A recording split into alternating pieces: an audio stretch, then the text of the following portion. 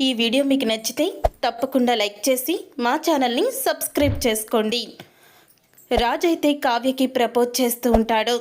కళావతి ప్రేమించిన వ్యక్తి పక్కనే ఉంటే ఎంతో సంతోషంగా ఉంటుంది అని రాజ్ అయితే చెప్తూ ఉంటాడు. రాజు మాటలకి ఎంతో ఆనందపడుతూ ఇక రాజు ప్రపోజ్ చేస్తుంటే సంతోషంగా ఎదురు చూస్తూ ఉంటుంది కావ్య.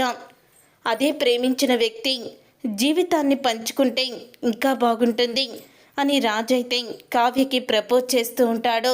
అది చూసి ఎంతో సంతోషపడుతూ ఉంటుంది అపర్ణ అయితే.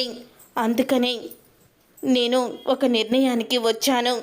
నా జీవితాన్ని పంచుకోవడానికి, నా పక్కనే ఉండడానికి ఆ ప్రేమించిన వ్యక్తి ఎవరో కాదో మీరే అని రాజ్ అయితే కావ్యకి ప్రపోజ్ చేస్తూ ఉండగా ఇంతలో సుభాష్కి ఫోన్ అయితే వస్తుంది.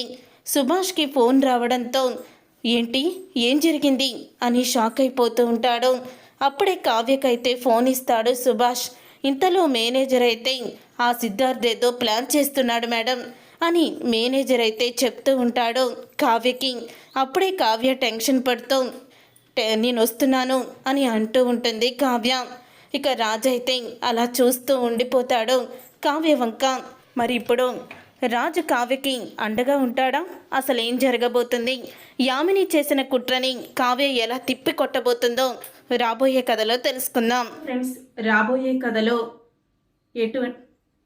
చూసారుగా ఫ్రెండ్స్, రాబోయే కథలో ఏం జరగబోతుందో తెలుసుకున్నారు కదా.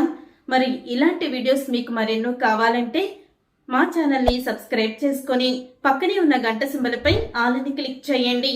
అప్పుడే మేము పెట్టే ప్రతి వీడియో మీరు మిస్ కాకుండా చూసేవచ్చు.